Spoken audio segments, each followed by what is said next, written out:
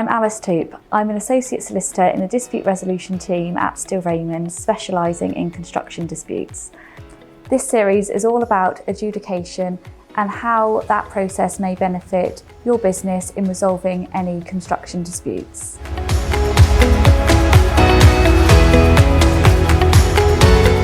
The answer is not always an easy one.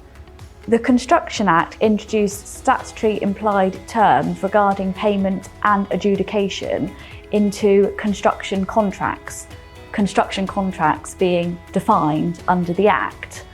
So therefore it's really important to determine whether you have a construction contract in order to know whether those statutory implied terms apply to your contract. In summary, a construction contract is a contract for the carrying out of construction operations, and this is seen to include the construction, extension, repair, maintenance, dismantling, demolition of buildings or structures forming or to form part of the land, whether they are permanent or not, or other works forming or to form part of the land.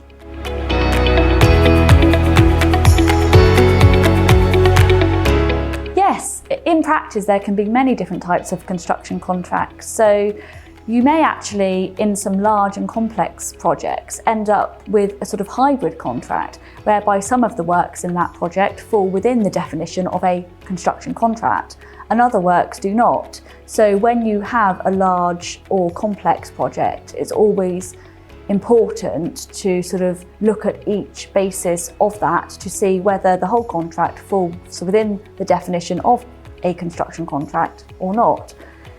In some cases, the parties may have no written contract at all. Now that's not a problem as a matter of law. You can have a contract that is not written, but when that's the case, it can be quite difficult to determine what the terms of that contract are. So what I would be doing in those sort of scenarios would be asking the clients if they have any attendance notes, meeting notes, contemporaneous emails that I could look through to try and determine what the terms of that contract are, i.e. what it was that was actually agreed between the parties. Also in the construction industry, there are industry standard contracts that are sort of very much accepted within the industry, such as the JCT contracts or the NEC contracts. And if you agree to that contract, then that actually makes it easier to determine what the terms of the contract are, because those terms are accepted within the construction industry.